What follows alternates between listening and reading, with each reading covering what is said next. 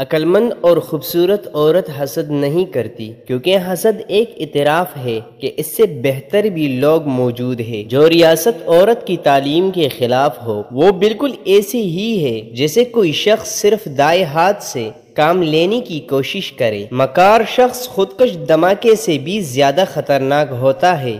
لوگ کہتے ہیں نہ محروم چھوڑ دیتے ہیں، ان پر بھروسہ مت کرنا، ٹھیک بھی کہتے ہیں، مگر میں کہتا ہوں لوگ نکاح کے بعد بھی چھوڑ جاتے ہیں، لوگ بچے ہو جانے کے بعد بھی چھوڑ جاتے ہیں۔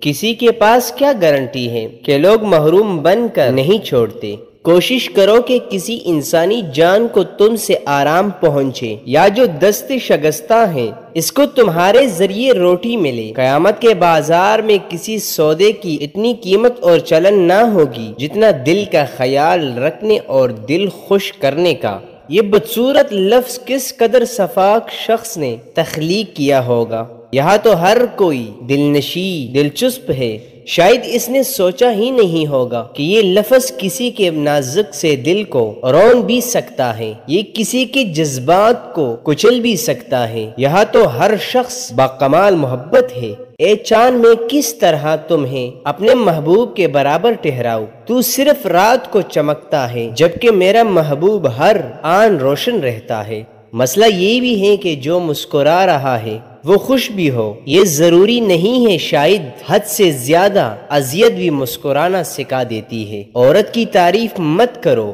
بلکہ ایک کام کرو، عورت مر جائے گی مگر تمہیں نہیں چھوڑے گی۔ عورت کے ساتھ وقت کم بتاؤ۔